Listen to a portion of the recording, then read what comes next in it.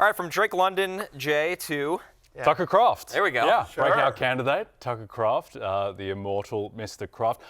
Here's what I like about Tucker Kraft.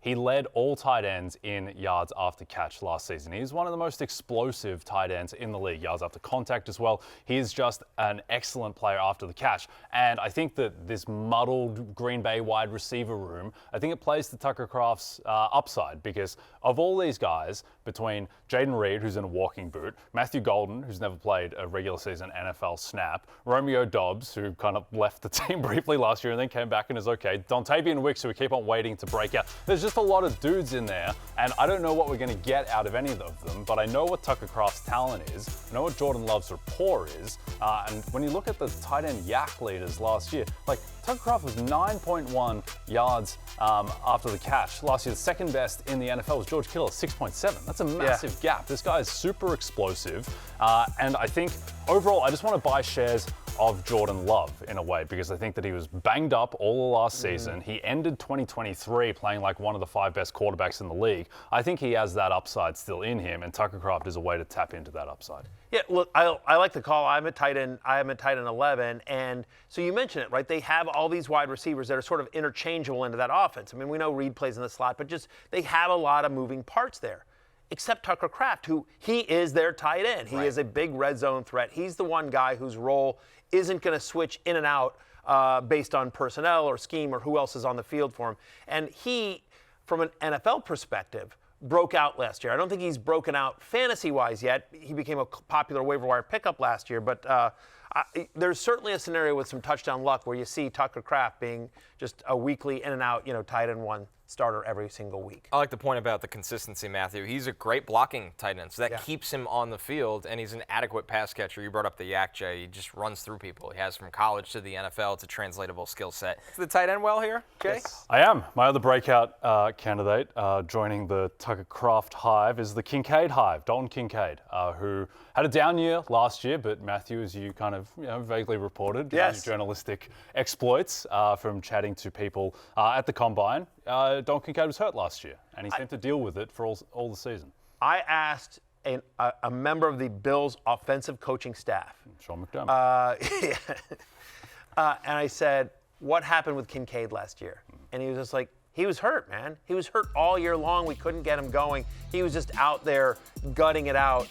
Mark my word. He literally said to me, this coach knew what I did, knew who I was, everything like that. He literally said to me, he says, mark my words, Dalton Kincaid's a sleeper next year. He's going to have a monster year, fully healthy.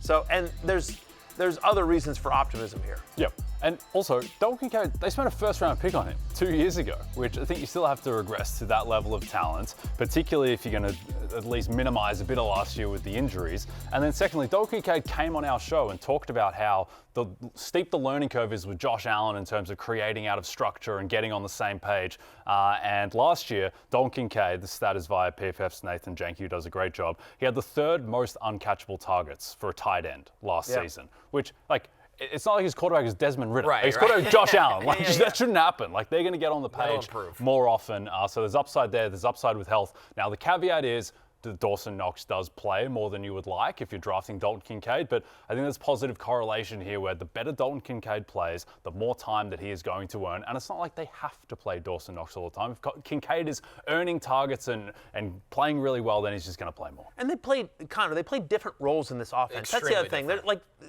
even if Dalton Kincaid's not a tight end. I know, like a big slot receiver compared to a guy parked on the line of scrimmage. That's how exactly different. Right. That's not even. They shouldn't even be in the same position group. Yep. That's my point. Here's the thing with Dalton Kincaid. The last point here is, so he's going like tight end 14, tight end 15. There are very real worlds where he is the number 1 target for Josh Allen this season. Josh Allen just won the MVP. Josh Allen might be the best football player on earth, and Dalton Kincaid might be, plausibly, his most targeted player, particularly with your man Khalil Shakir dealing with a little... Yes, that is the correct pronunciation, yes. Khalil Shakir. You got Keon Coleman there. There's not a lot of proven options. Josh Palmer, of course, but, new team. He's learning a new system as well. There's not a lot of, guys there that have a ton of experience, with the exception of maybe Shakir, that have that experience with Josh Allen. So Kincaid, I like the call a lot. Hey, it's Matthew Berry from NBCSports.com and RotorWorld.com, and I want to thank you so much for watching whatever it is you just watched.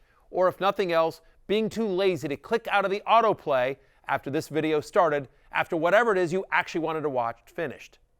But now that you're here, I'd like to take a moment here to ask you respectfully now, okay? I'm asking you respectfully to subscribe to the NFL on NBC YouTube channel.